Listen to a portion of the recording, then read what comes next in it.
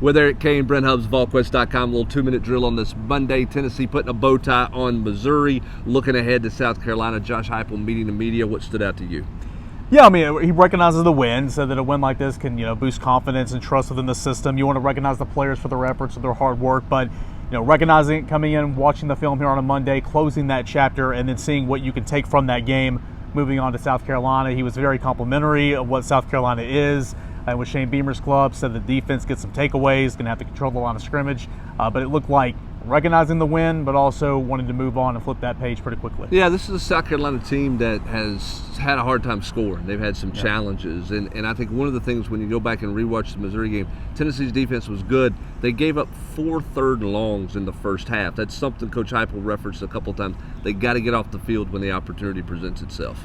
Yeah, and the last 2 games really for South Carolina, not been very good on third downs, and so that's been a struggle for them as well. But Luke Doty certainly capable of putting the ball down the field a little bit. It's an offensive struggle to find any type of run identity, but Tennessee doesn't need to help out in that regard at all. Much like offense, the defense did a lot of good things on Saturday, but it's about finding the weaknesses for South Carolina, which right now, not really offensive line play, but it's really just putting together a couple positive plays in a row to move the football down the field and finish drives and try to channel in on that. Yeah, Tennessee offensively obviously put up huge numbers. Sliding Velus Jones inside at the slot receiver was a planned deal to get him the ball more. Seems like that's the better fit for him. That's kind of the impression I got from Josh Heupel as well. Yeah, he said that it was a move, and certainly Velus is capable of doing that. He's done that in the past, and Tennessee made it a point to start getting him more involved the last couple of weeks, moving him inside, leading the team in receptions and receiving yards at Missouri. Just looks like a natural fit there. I mean, he's a punt returner, he's a kickoff returner.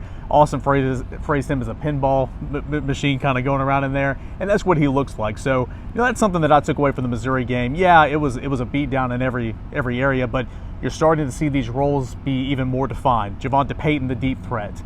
Tillman, Warren, the chain mover, the possession type guy, and then Velus, the underneath top receiver. Yep, and Tennessee rewarded for their efforts. Lenise Whitehead was freshman of the week as a running back. I'm not really sure what that means in terms of what the honor is, but it was for him. It's obviously a big day just to get some reps under him. And you asked this question about some of the young guys getting reps, and that's a big takeaway. Maybe they could have played some other guys at some other positions earlier, but Whitehead got a lot of reps, and he certainly looked like what they did in the secondary gave some guys some reps as well. Yeah, Jabari Small going down after just 3 carries. They were going to make Lenise Whitehead a part of the game plan moving forward for that game, but not as quickly as they had to. So good to see him come in there. Had a long, I think, 33, 76 yards rushing. Good to see him run the football and see kind of what he is, as we haven't seen that at all throughout his career. And then in the secondary, I thought it was very pivotal because we've been talking about the safeties all this season, how they're steady Eddies back there, but lack the playmaking ability that you need back there at times.